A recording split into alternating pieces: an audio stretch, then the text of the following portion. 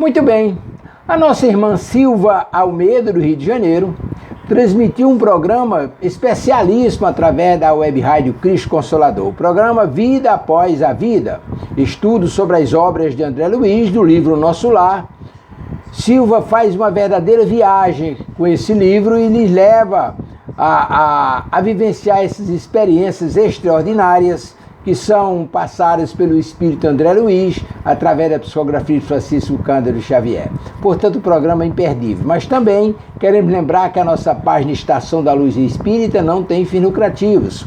O objetivo é a divulgação da doutrina. Aqui você vai encontrar o acervo que atende às suas necessidades. Pesquisa, estudo, lazer. Portanto, convidamos você para mais esse programa aqui na página Estação da Luz Espírita. Programa Vida Após a Vida.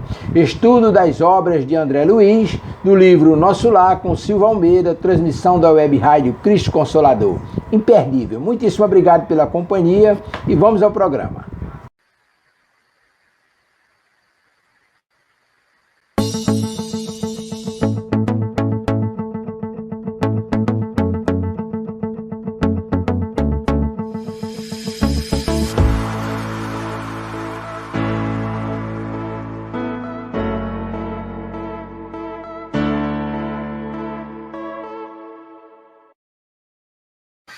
Olá, queridas amigas e queridos amigos de Ideal Espírita. É com muita satisfação que começamos agora pela nossa Web Rádio Cristo Consolador mais um programa Vida Após a Vida. Esse programa que estuda as obras de André Luiz. E nesse momento nós estamos estudando justamente o primeiro livro da série, que é o livro Nosso Lar, não é? Bom, mas como vocês sabem, esta é uma web rádio espírita, esse é um programa espírita, e nós temos como hábito sempre iniciar todas as nossas transmissões com uma prece, pedindo aos amigos espirituais, que são os verdadeiros condutores da nossa web rádio, não é? Aqueles que nos orientam, que nos conduzem, que nos auxiliem na realização de mais um programa. Bom, mas antes vamos cumprimentar aqui a nossa querida amiga Bia, que está aqui conosco. Olá, Bia, boa tarde, que bom que você chegou, né? Muita chuva aqui no Rio de Janeiro, um temporal terrível, chove torrencialmente no Rio de Janeiro. Esperamos, não é, que não atrapalhe a nossa transmissão, né? Que a internet realmente, diante dessa situação de chuva desesperadora que nós estamos vivenciando nesse momento aqui no Rio. Olá, Lúcia, tudo bom? Que bom que você está aqui. Boa tarde. Bom, mas então, como eu estava falando, né, vamos agora fazer a nossa prece, né?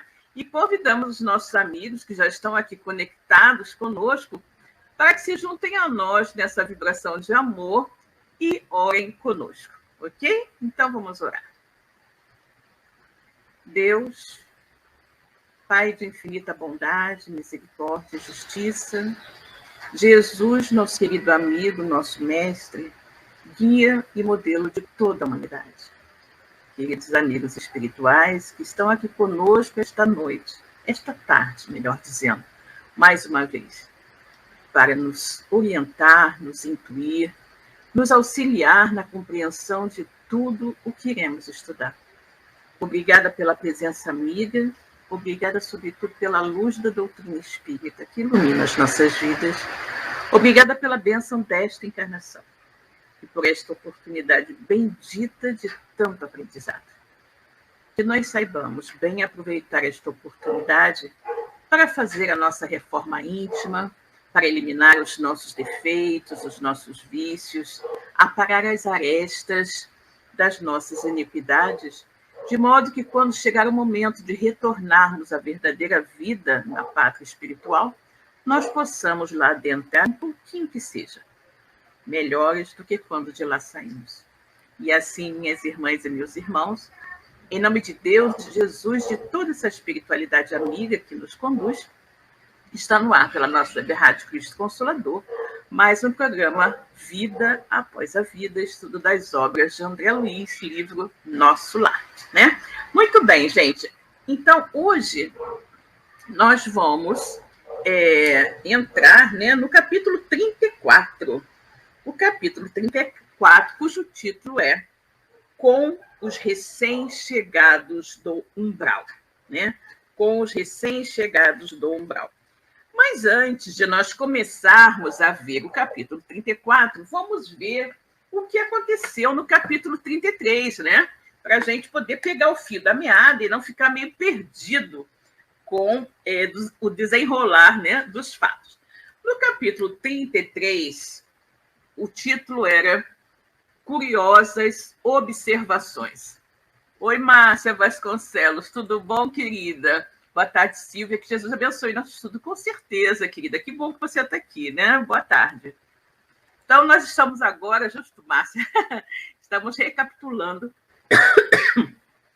o que vimos na semana passada, no capítulo 33, Curiosas Observações. Nesse capítulo, André nos relata a chegada dos samaritanos, vindos das regiões umbralinas, esclarecendo as razões do meio de transporte e dos recursos adotados para a viagem. André Luiz caminha em direção ao grande portão das câmaras para presenciar a chegada dos samaritanos e reflete sobre os ensinamentos que lhes são oferecidos, mas questiona o silêncio em torno de seus familiares. Reconhece que, embora tenha dedicado muito carinho à esposa e aos filhos, nada criara de sólido e útil em seus espíritos. Que, embora sendo um náufrago da vida, não estava abandonado e que devia todo o desastre a si mesmo. Próximo ao portão, vi ao longe 2 grandes vultos, de cujos pés e braços pendiam filamentos estranhos, e da cabeça um longo fio luminoso. Assusta-se e busca esclarecimentos com a irmã Narcisa, que lhe diz serem espíritos encarnados, extremamente espiritualizados, que muito cooperam nas missões redentoras no plano espiritual.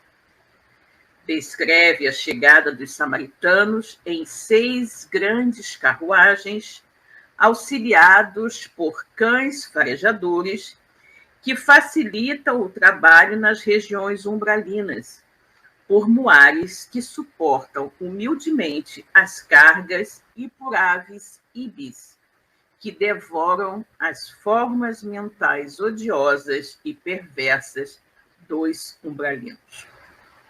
Conclui Narcisa que o meio de transporte adotado se impõe porque o aeróbus não consegue volitar na atmosfera densa do umbral, assim como o avião não voa dentro d'água, e que um submarino poderia ser a solução, mas traria transtornos para os habitantes das regiões inferiores, não sendo adotado por espírito de caridade. Ok? Olha quantas coisas interessantes que nós vimos na semana passada, né? Muito bom mesmo. Então, vamos agora iniciar o nosso estudo, né, do capítulo 34, com os recém-chegados do umbral. Ok? Vamos ver aqui. Opa! Gente, não sei onde deixei meu... Ah, está aqui. Estava procurando meu marcador de livros para não me perder, né? Muito bem, então vamos lá, gente. Mas antes, vamos cumprimentar a outros amigos que já chegaram aqui, né? Nossa querida Arlene. Oi, Arlene. Boa tarde, Silvia. Muita paz e boas intuições para o nosso estudo. Com certeza, querida. Nossa querida Laudiceia. Boa tarde para todos. Boa tarde, minha querida. Ironia está dizendo, boa tarde, Silvia, a todos. Graças a Deus cheguei. A semana passada avancei na releitura dos próximos capítulos e muito me emocionei com a tamanha descoberta de André Luiz. Ah, danadinha, você foi lendo, né? Mas não pode dar spoiler, viu, Ironite? Não pode contar para ninguém o que você já leu, né? Muito bem, então vamos lá, gente. No capítulo 34, com os recém-chegados do umbral. Estacaram as matilhas de cães ao nosso lado, conduzidas por trabalhadores de pulso firme. Daí a minutos, estávamos todos enfrentando os enormes corredores de ingresso às câmaras de retificação. Então, vocês observam, né, que essas pessoas que foram resgatadas do umbral, elas vão direto, né, ali para as câmaras de retificação. Né? Servidores movimentavam-se apressados. Alguns doentes eram levados ao interior sob amparo forte. Não somente Narcisa, Salústio e outros companheiros se lançavam ali cheios de amor fraternal, mas também os samaritanos mobilizavam todas as energias no afã de socorrer. Gente, olha, né? Olha o carinho, né? Olha o carinho da espiritualidade para com esses irmãos sofredores resgatados do umbral. Né? Então, eles são resgatados daquela situação de dor, sofrimento, desespero, né? Levados até a colônia Nosso Lar e encaminhados para as câmaras de retificação, que nós já vimos que é a região de Nosso Lar mais próxima, né? Mais próxima do umbral. E onde ficam alocados os espíritos mais perturbados, ficam nessas câmaras, né? Tanto que nós já vimos que as câmaras ficam no subsolo, né? Porque esses espíritos, na maioria, eles não conseguem suportar nem o ar fresco, nem a claridade do sol, né? Então, nós vimos que na chegada deles, todos os trabalhadores, né? Narcisa, Salústio, outros companheiros, inclusive os samaritanos que os levaram até Nosso Lar, também estão ali todos imbuídos no desejo de socorrê-los e acomodá-los o mais rápido e o melhor possível. Né? Alguns enfermos portavam-se com humildade e resignação. Outros, todavia, reclamavam em altas vozes. Então, você imagina, não é? Os espíritos, esses espíritos, serem socorridos de onde estavam, em regiões tenebrosas do umbral, e alguns, não é? Se comportavam com paciência, resignação e humildade, e outros, gente, ainda tão cheios, né, de orgulho, de vaidade, prepotência, estavam reclamando da assistência que estavam recebendo. Quer dizer, antes eles não tinham nada. E agora foram socorridos e levados, né, para receberem tratamento no local limpo, asseado, como o Nosso Lar, e estavam reclamando e gritando a altos brados. Né? Você veja o tipo de espírito, né? Tipo de espírito extremamente orgulhoso, prepotente. Atacando igualmente o serviço, notei que uma velhota procurava descer do último carro com muita dificuldade. Observando-me perto, exclamou espantada: "Tenha piedade, meu filho, ajude-me por amor de Deus." Aproximei-me com interesse. "Cruzes, credo", continuou benzendo-se. "Graças à providência divina, afastei-me do purgatório." Vocês vejam, né, que eles não têm noção exatamente de onde estão. Veja o que essa senhora está dizendo. Naturalmente, em virtude da sua ligação, do seu segmento religioso, ela acreditava que estava no purgatório. E ela continua: "Ah, que malditos demônios lá me torturavam! Que inferno! Mas os anjos do Senhor sempre chegaram." Ajudei a descer, tomado de extrema curiosidade. Pela primeira vez, ouvia referências ao inferno e ao purgatório, partidas de uma boca que me parecia calma e ajuizada. Talvez obedecendo mais à malícia que me era peculiar, interroguei: Vem assim de tão longe? Olha, olha o André, né? A velhota começou a reclamar e dizer que ela pediu ajuda para ele, começou a dizer que vinha lá do purgatório, onde demônios a ficavam torturando e tudo mais, mas que anjos do Senhor as resgataram. E aí André, né, não consegue controlar a curiosidade e joga uma pergunta, né? Vem assim de tão longe? Falando desse modo, afetei áreas de profundo interesse fraternal, como costumava fazer na terra, olvidando por completo naquele instante as sábias recomendações da mãe de Lísias. Lembra que a mãe de Lísias falou para André que ele deveria controlar a curiosidade e se dedicar muito mais a servir do que a satisfazer a sua curiosidade vã? Exatamente. Quando ele viu a velhota falando aquilo, ele não resistiu. E aí ele foi e deixou a curiosidade na frente, ao invés de usar, né, o seu espírito de serviço. A curiosidade falou mais alto dentro dele, né? Arlene está nos dizendo aqui que todos os outros servidores, né, tinham muito amor, exatamente, muito amor, né? E que essas pessoas estavam totalmente perdidas, né? Totalmente perdidas, exatamente. E agora a gente está vendo o André, né? O André sucumbindo à curiosidade infeliz, né? A pobre criatura, percebendo o meu interesse, começou a explicar-se. De grande distância, fui na terra, meu filho, mulher de muitos bons costumes. Fiz muita caridade, rezei incessantemente como sincera devota. Mas quem pode com as artes de Satanás? Ao sair do mundo, vi-me cercada de seres monstruosos que me arrebataram em verdadeiro torvelinho. A princípio, implorei a proteção dos arcanjos celestes.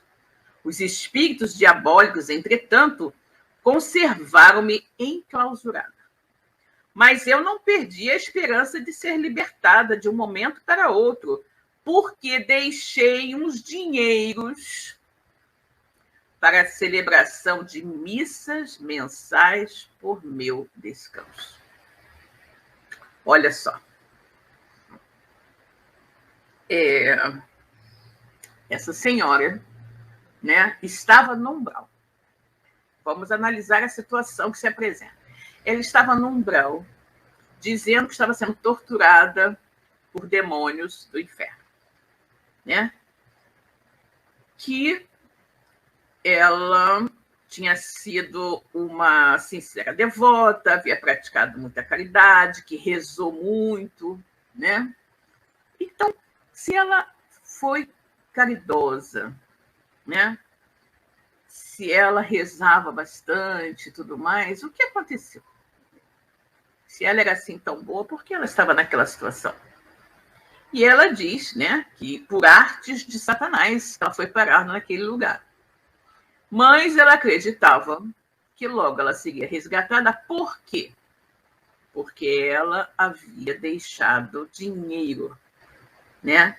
Dinheiro para que fossem celebradas missas para o seu descanso, mensais, missas mensais para seu descanso. Ou seja, ela acreditava ter comprado o seu descanso, a sua paz, com o dinheiro que ela deixou no seu segmento religioso para que missas fossem rezadas para ela, né?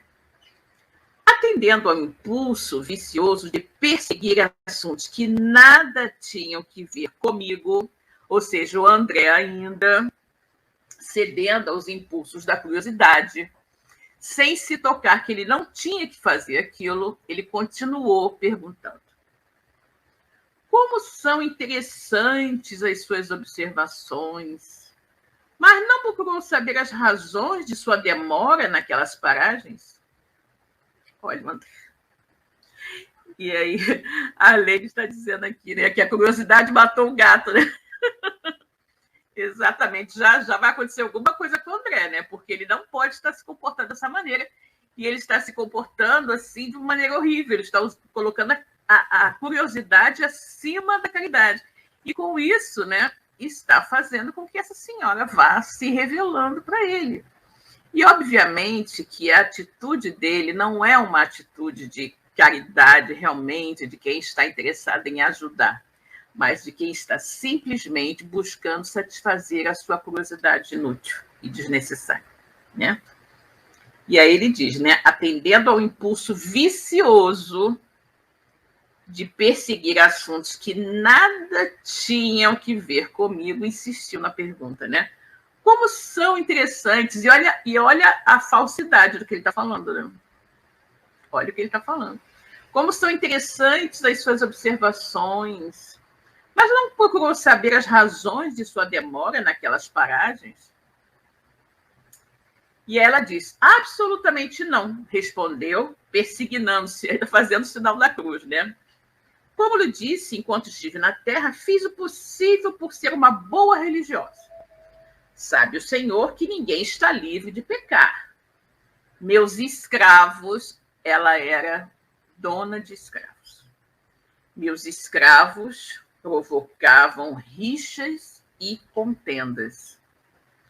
E embora a fortuna me proporcionasse vida calma, de quando em quando era necessário aplicar disciplinas. Os feitores eram excessivamente escrupulosos e eu não podia hesitar nas ordens de cada dia. Não raro, algum negro morria no tronco para escarmento geral, ou seja, para servir de lição. Para servir de lição, para fazer com que ninguém, não é, ousasse desobedecer.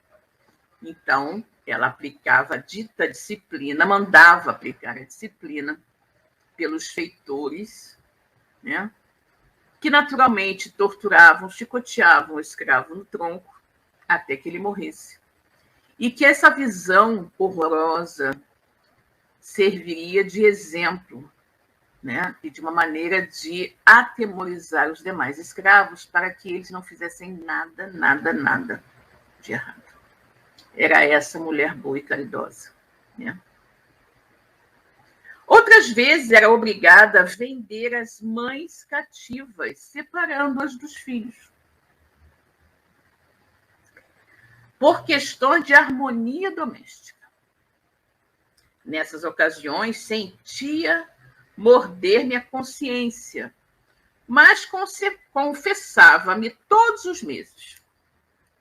Quando o padre Amâncio visitava a fazenda e depois da comunhão estava livre dessas faltas veniais, porque recebendo a absolvição do confessionário e ingerindo a sagrada partícula, ou seja, a hóstia, estava novamente em dia com todos os meus deveres para com o mundo e para com Deus.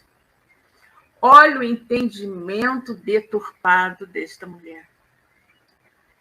Ela cometia essas atrocidades, fazia essas crueldades, separava mães de seus filhinhos, segundo ela, para a harmonia doméstica. Talvez ela fizesse isso porque, quem sabe, se o marido ou o filho ou alguém abusasse das escravas e gerasse filhos, né? E ela, com ciúme, mandasse as mães embora, né? E deixasse as crianças na fazenda ou ao contrário. E aí ela diz que, às vezes, a consciência dela lhe mordia um pouquinho, mas que tudo ficava resolvido porque o padre Amâncio visitava a fazenda uma vez por mês, não é? E aí ela se confessava, recebia a hóstia e ficava tudo bem, né? E ela ficava bem com seus deveres para com o mundo e para com Deus. É assim que ela pensava, né? Ah, Deus meu. A Ironide está dizendo, mas não foi isso que muitos aprenderam na igreja, que promete o céu para quem pode pagar? Exatamente, Ironide. Exatamente. A compra, a famosa compra das indulgências, né? a famosa compra das indulgências de um lotezinho no céu, né? No paraíso. Exatamente. E a Arlene está comentando aqui a curiosidade do André, né? Curiosidade acima do bom senso, verdade. E ainda se diz ser boa, ignorância total. Tinha o poder nas mãos, mas o mal. Né? Muito triste, exatamente. Né? Santa Inquisição, compra do perdão, exatamente. Todas essas coisas, né? Que nós sabemos que existiam, de uma certa forma ainda existem, né? Ainda existem. E aí observa a ignorância desta mulher, que achava que podia comprar, né, a sua remissão de todos os seus erros com dinheiro, com uma simples confissão a um homem tão pecador ou mais pecador do que ela, e ainda comendo aquela hóstia, né, que eles atribuíam um poder, digamos assim, de limpar as máculas das pessoas. A essa altura, escandalizado com a exposição, comecei a doutrinar. Finalmente André se tocou, né? Se tocou e começou a doutrinar. Minha irmã, essa razão de paz espiritual era falsa. Os escravos eram igualmente nossos irmãos. Perante o Pai Eterno, os filhinhos dos servos são iguais aos dos senhores. Ouvindo-me, ela bateu o pé autoritariamente e falou irritada. Isso é que não. Escravo é escravo. Se assim não for, a religião nos ensinaria o contrário. Pois se havia cativos em casa de bispos, quanto mais em nossas fazendas. Ou seja, a religião dominante é a primeira a dar um mau exemplo, tendo escravos, né, na casa de seus representantes. Quem haveria de plantar a terra, senão eles?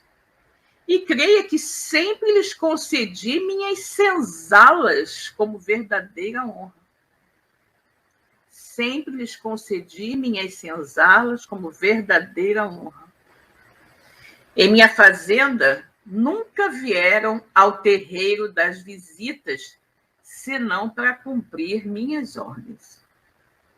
Padre Amâncio, nosso virtuoso sacerdote, disse-me na confissão que os africanos são os piores entes do mundo, nascidos exclusivamente para servirem a Deus no cativeiro. Meu Deus, quanta ignorância! Como que alguém com esse ponto de vista pode se dizer, né, um representante de Deus na Terra? Pode abrir a boca para falar de Jesus, que foi só amor e bondade, né, para com todas as pessoas, que não discriminava ninguém, que amava a todos de maneira idêntica, né? E aí teve todo o seu evangelho, todo o ensinamento de Deus totalmente desvirtuado ao longo dos séculos, a ponto de um dito representante de Deus na Terra ter a coragem de abrir a boca para dizer que os africanos são os piores entes do mundo e que são nascidos exclusivamente para servirem a Deus no cativeiro. Meu Deus. Pense então que me poderia encher de escrúpulos no trato com essa espécie de criaturas? Não tenha dúvida, os escravos são seres perversos, filhos de Satã. Chego a admirar-me da paciência com que tolerei essa gente na Terra. Meu Deus do céu. Olha no que esta mulher acreditava. Né? No que esta mulher acreditava. Fazendo algumas contas aqui, ela efetivamente, quando desencarnou, a abolição não havia acontecido ainda, né? A abolição não havia acontecido, né? Porque os escravos, a libertação dos escravos ocorreu em 1888, né? Nosso lar foi recebido mais ou menos em 1940.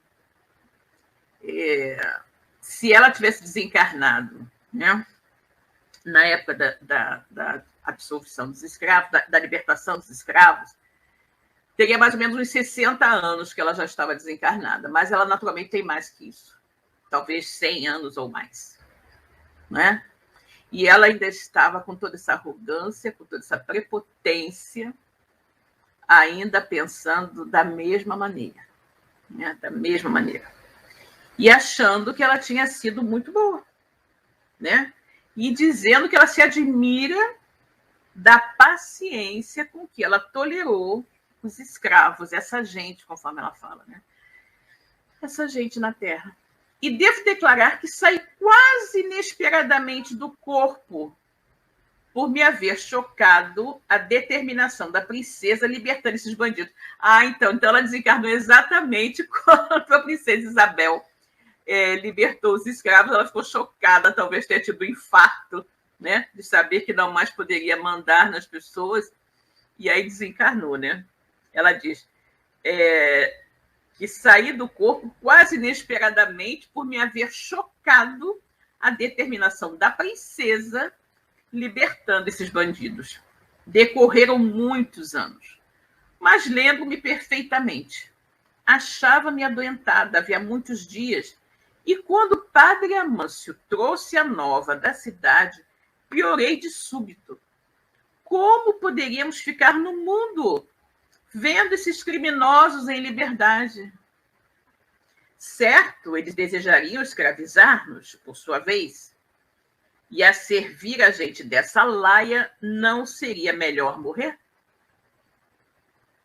Recordo que me confessei com dificuldade, recebi as palavras de conforto do nosso sacerdote, mas parece que os demônios são também africanos e viviam à espreita, sendo eu obrigada a sofrer-lhes a presença até hoje. E André não para. E aí ele pergunta, e quando veio? Perguntei. Em maio de 1888. Ou seja, ela desencarnou exatamente no mês em que houve a abolição da escravatura no Brasil, né? E ela acreditava, né, que ela achava que os escravos iriam, então, dominar os brancos, até se eles quisessem, poderiam, de uma certa forma, né? Porque o número de escravos, a população escrava era infinitamente maior do que a população de brancos, não é? E aí ela disse que para viver nessa condição, convivendo com esses criminosos, ela chama os escravos de criminosos, esse tipo de gente, é melhor morrer, né? E a André pergunta para ela quando foi que ela desencarnou, ela diz que foi em maio de 1888, né?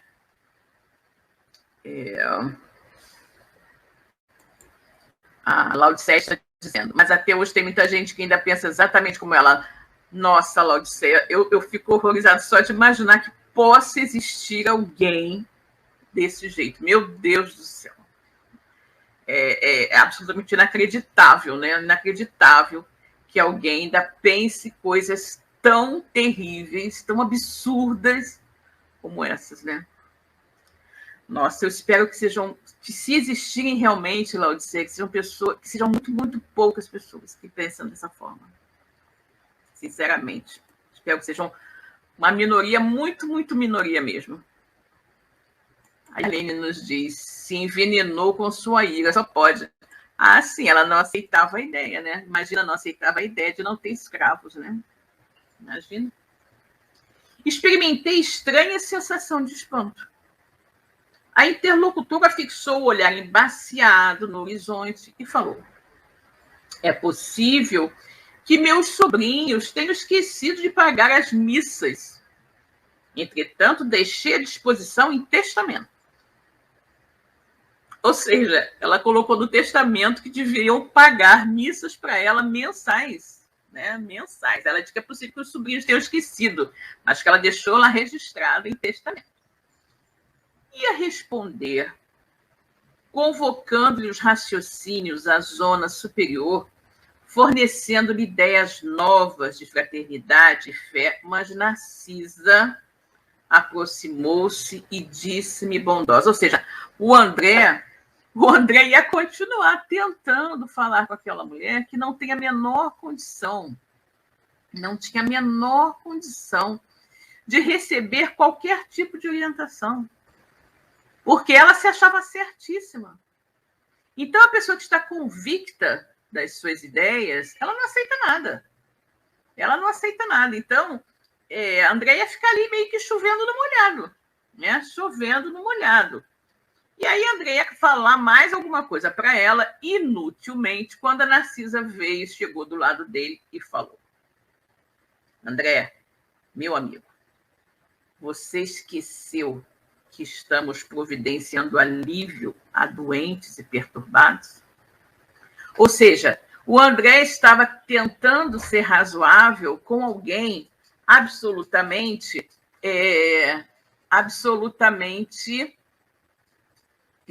como é que se diz? Dementado, entendeu? Então não adiantava ele conversar com ela. Não é? Ele não estava percebendo isso. Aí a Narcisa vem e chama ele a razão. André, meu amigo, você esqueceu que estamos providenciando alívio a doentes e perturbados? Que proveito lhe advém de semelhantes informações? Nossa, ó. Aí ela vai e fala direto. Ali, a ficha dele deve ter caído, gente. O que você vai lucrar com esse tipo de informação que você está pegando aqui dela? Aí ele deve ter ficado muito envergonhado, né? Eu fiquei, né? Eu fiquei de Narcisa até falar isso com ele, né? Os dementes falam de maneira incessante. E quem os ouve, gastando interesse espiritual, pode não estar menos louco. Olha isso, gente. Olha isso. Olha o que a Narcisa falou para André. André, meu amigo, você esqueceu que estamos providenciando alívio a doentes e perturbados? Que proveito lhe advém de semelhantes informações? Os dementes falam de maneira incessante, e quem os ouve, gastando interesse espiritual, pode não estar menos louco. Olha isso.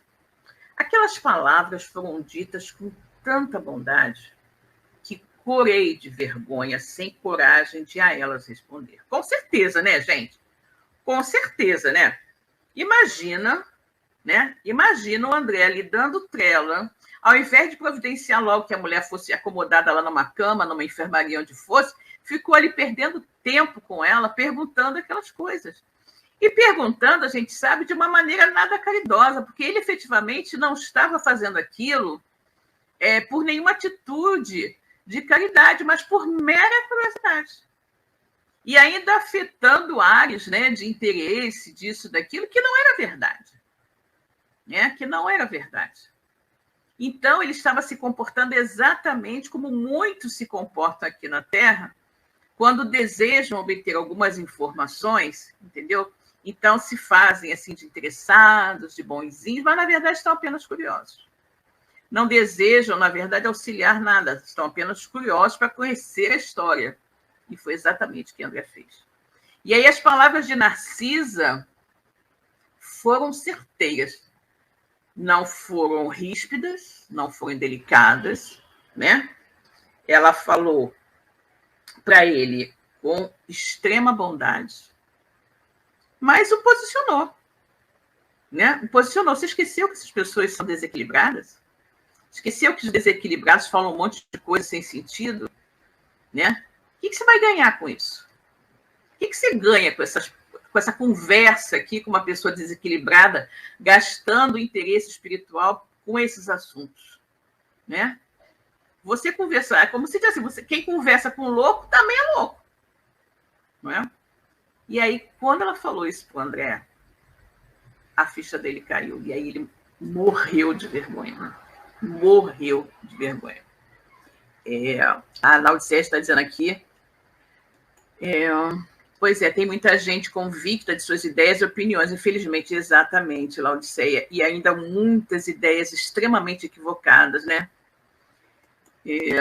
Arlene Silvia, quantas vezes agimos como André, pensando ajudar alguém sem condições de entender? É verdade, Arlene, algumas vezes isso também acontece, né? Mas cabe a nós o discernimento. Existem pessoas que nós falamos, né?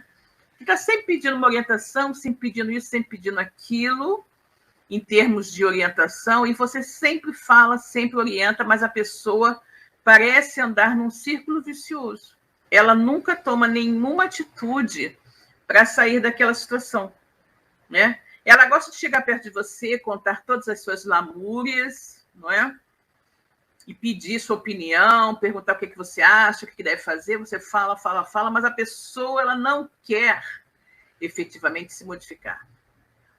Ela quer ficar naquela sua zona de conforto, né?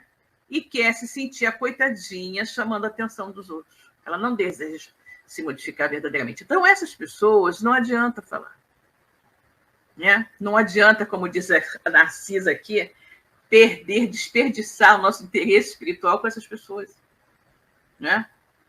É melhor ocupar o nosso tempo com alguém que verdadeiramente quer ajuda para se modificar, e não com aqueles que se comprazem na situação mórbida na qual estão, né? Então, essas pessoas a gente deixa. E ficamos disponíveis para quem verdadeiramente estiver precisando de ajuda e quiser receber ajuda para se modificar, para sair da situação na qual está, né? E, obviamente, que não era o caso dessa senhora, porque ela não, né? Porque ela de jeito nenhum, né? De jeito nenhum acreditava que estava errada, né? De jeito nenhum. Ela atribuía o fato dela estar lá no umbral, né? Aos sobrinhos terem esquecido de mandar rezar a missa, né? Aos demônios serem muito ardilosos e tudo mais, e não ao fato de que ela havia sido uma pessoa terrivelmente perversa e que estava ali colhendo simplesmente os frutos daquilo que havia semeado, né? Simplesmente isso, né? E aí a Negonite está nos dizendo aqui: ninguém se iluda que os ex-escravos ainda são vistos disfarçadamente de seres perversos e bandidos hoje por muitos, Silvia. E aí aumenta a responsabilidade daqueles que dizem, e nós, espíritas, né? É verdade. Na verdade, a Laodiceia está aqui dizendo, é como jogar pérolas aos porcos, né? Não, efetivamente, um dos livros de André Luiz, eu não me recordo qual é agora, eles passam por uma região umbralina, e aí André vê, em um determinado canto, uns espíritos assim, muito sofredores, e ele faz menção de querer auxiliá-los. E aí os dirigentes da caravana, né, os coordenadores e tal, tipo, ele que não, porque seria inútil, né? Gente, não adianta ajudar quem não quer ser ajudado. E a gente vê muito isso entre encarnados com pessoas, por exemplo, que estão perdidas no vício, né? Se você tem um alcoólatra, se você tem um toxicômano, né? Não adianta você querer arrastá-lo para um tratamento, porque na maioria das vezes ele não vai fazer o tratamento, ele vai fugir até do tratamento, porque ele gosta do que ele faz. Ele gosta de ser drogado, ele gosta de beber, de ser bêbado. Ele não busca uma solução para aquele seu problema. Ele se compraz com aquilo, não é? Então, naturalmente, né? Que é quase que inútil, né? Quase que inútil. Obviamente que as pessoas não deixam de tentar, a família em geral não deixa de tentar e tudo mais, mas o grande problema está que a pessoa em si não tem interesse, não quer sair daquela condição, não é? E por isso é tão complexo, por isso tanta dificuldade em tirar pessoas dos vícios, em tirar pessoas das ruas. Morador de rua, em geral, ele não quer sair da rua. É incrível a gente falar isso, não é? É incrível. Mas eu já trabalhei alguns anos, né, através de uma casa espírita, no socorro, na assistência a moradores de rua, e a grande maioria não quer sair da rua. Eles gostam daquele estilo de vida. Eles gostam daquela dita liberdade que eles dizem que tem. E alguns, quando você consegue trazê-los, né, para uma outra realidade, começa a reeducá-los para terem uma vida normal fora das ruas, muitos retornam para a rua. Não se submetem a nenhum tipo de disciplina, né? E aí é muito difícil. Eu considero trabalhar com morador de rua um dos trabalhos mais difíceis, né? Porque na maioria dos casos, você não vê o retorno, né? Você não vê assim aqueles irmãos saindo da rua, aqueles irmãos se recuperando. A gente vê muito aquele irmão que parecia que já estava totalmente reabilitado, de repente sucumbir e voltar para as ruas. Numa época que eu estava trabalhando com moradores de rua, havia um rapaz jovem, muito jovem, acho que ele tinha talvez uns 20 anos ou menos.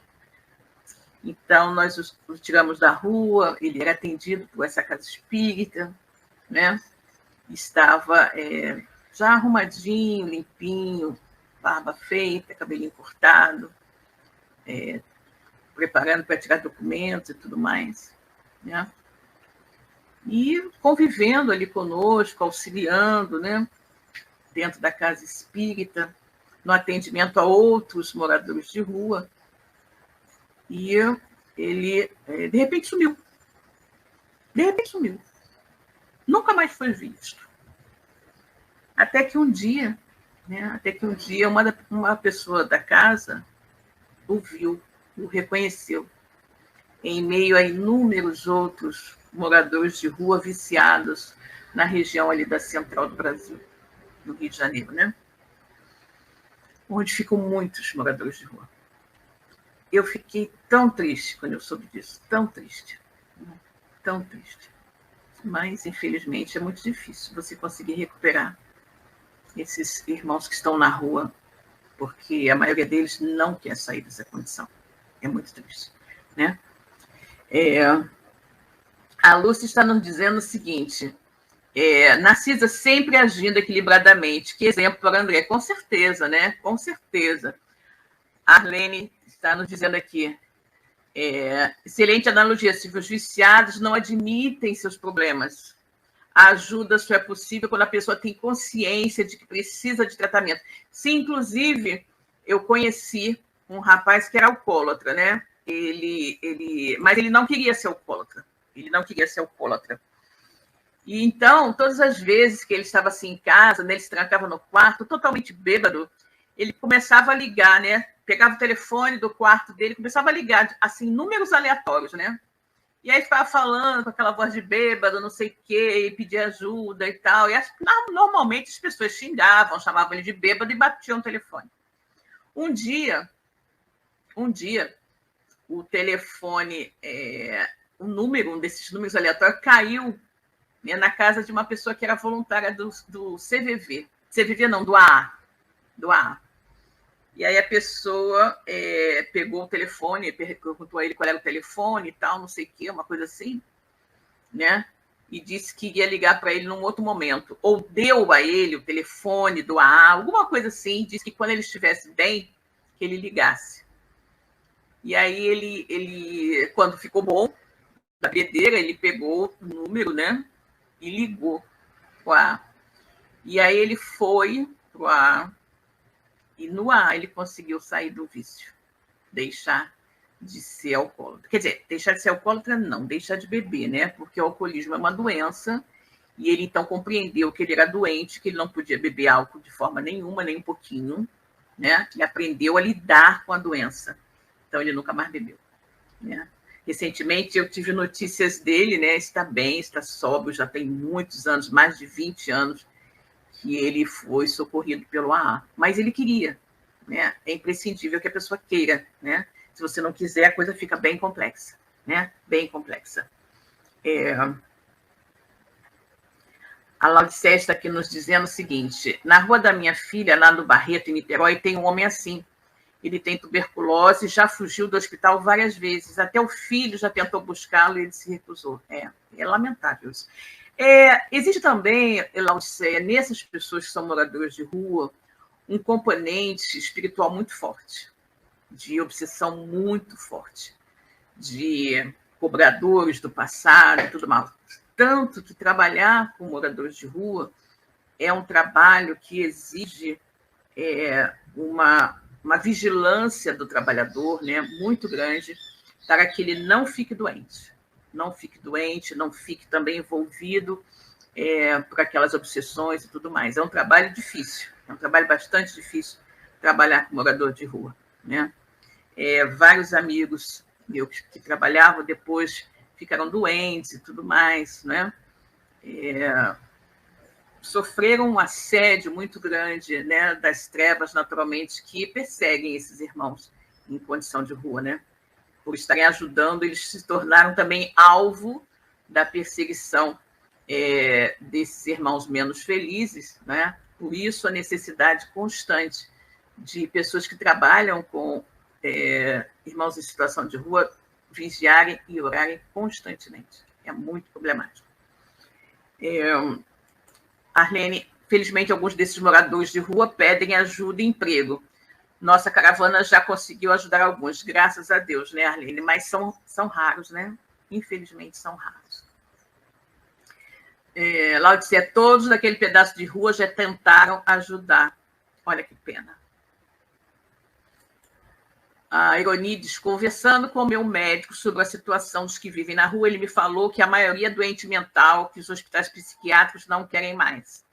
Na verdade, a maioria dos moradores de rua acabam ficando, né, mentalmente desequilibrados, ou já são doentes mentais, ou acabam ficando em virtude do alto consumo de drogas, né? A maioria é viciada em drogas também.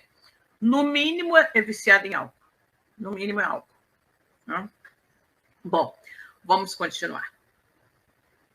Aquelas palavras foram ditas com tanta bondade que curei de vergonha, sem coragem de a elas responder.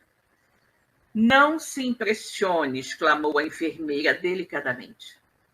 Atendamos aos irmãos perturbados. Mas a senhora é de opinião que estou nesse número? Perguntou a velhota melindrada, né? A velhota escutou e achou que ela não era perturbada, né? Mas a senhora é de opinião que estou nesse número? Perguntou a velhota melindrada. Narcisa, porém, demonstrando suas excelentes qualidades de psicóloga, tomou expressão de fraternidade carinhosa e exclamou: não, minha amiga, não digo isso. Creio, porém, que deve estar muito cansada. Seu esforço purgatorial foi muito longo. Olha a psicologia da Narcisa, né? A velhinha ficou toda melindrada quando a Narcisa falou que eram irmãos perturbados, né? E ela disse, não, de jeito nenhum.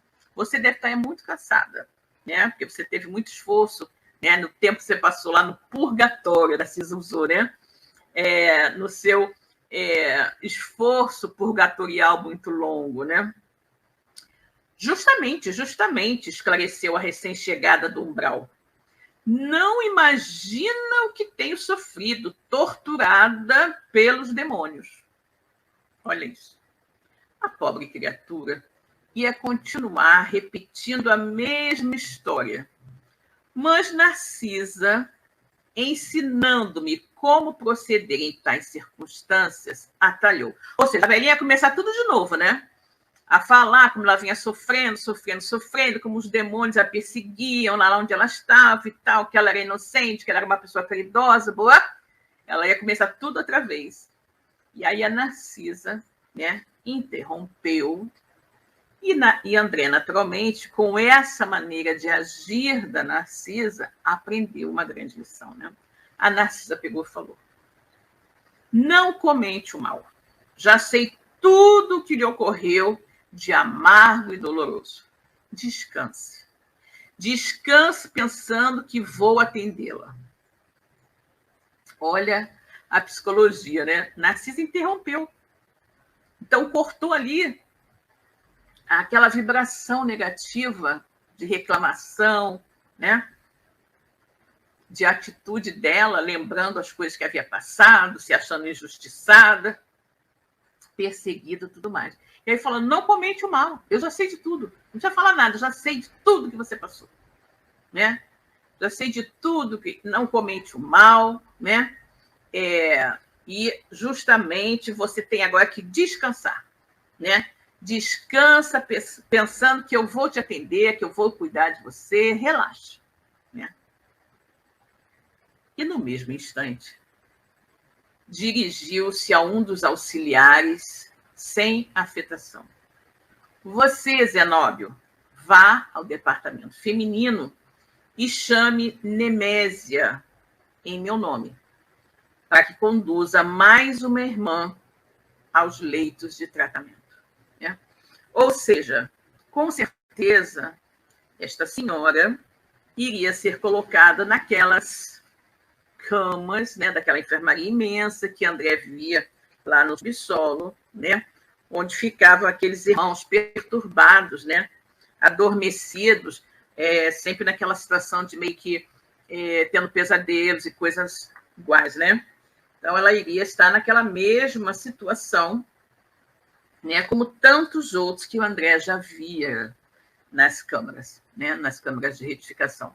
Mas é muito interessante como a Narcisa age de uma maneira muito, muito correta, né? Muito correta, com todo carinho, com toda atenção.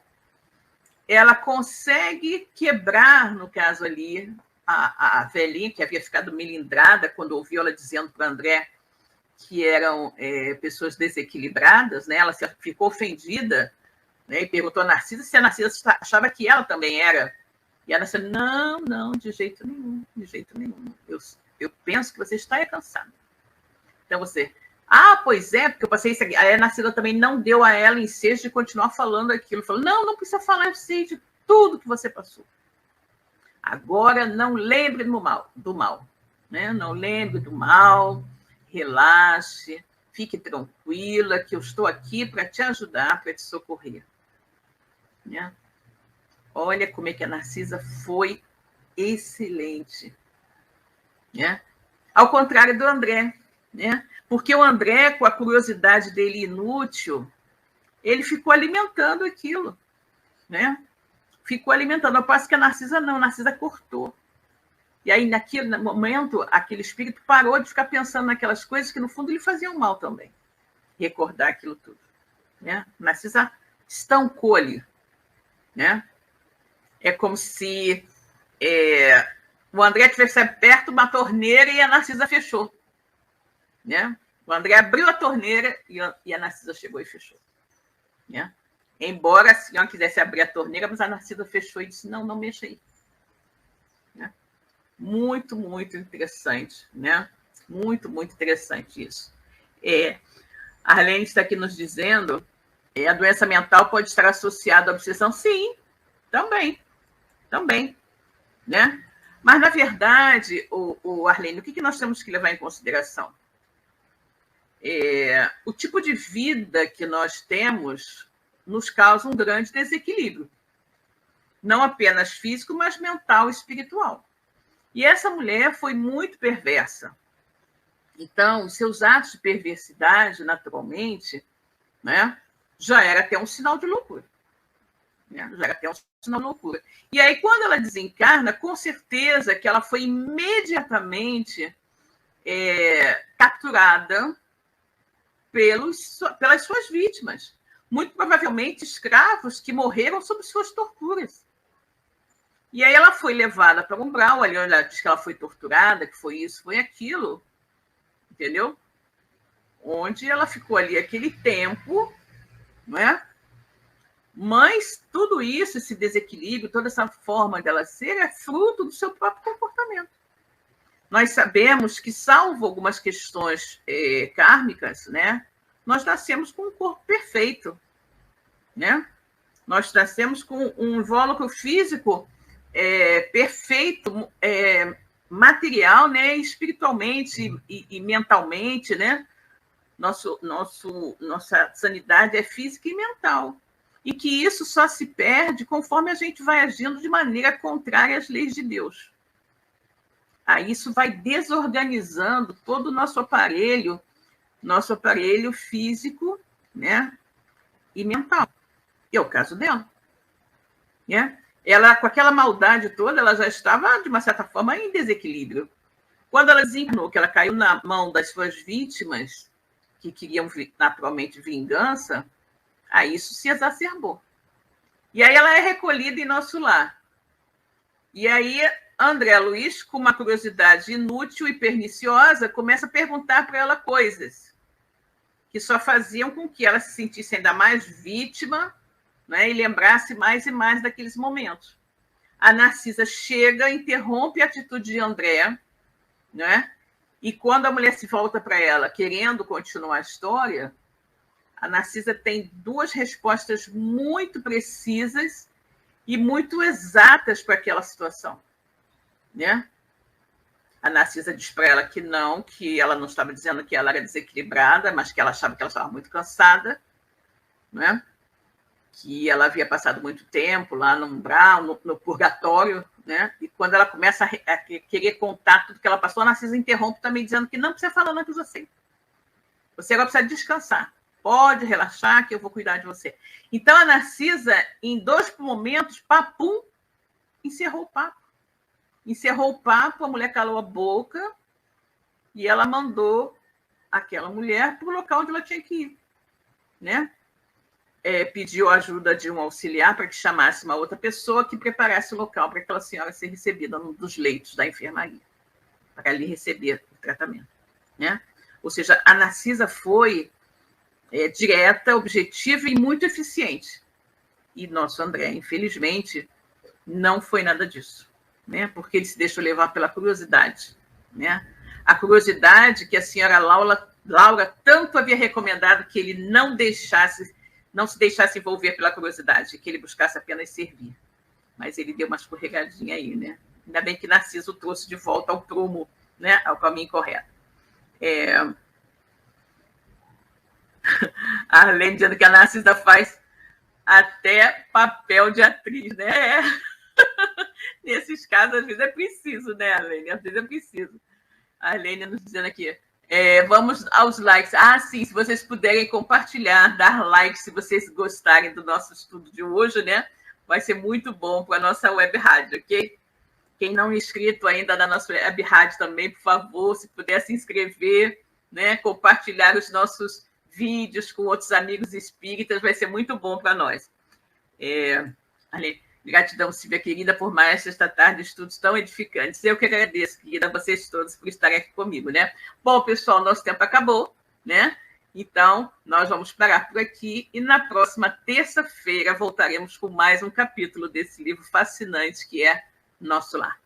Então, um bom resto de semana para todos. Fiquem com Deus e até a próxima terça. Beijo, pessoal. Tchau, tchau.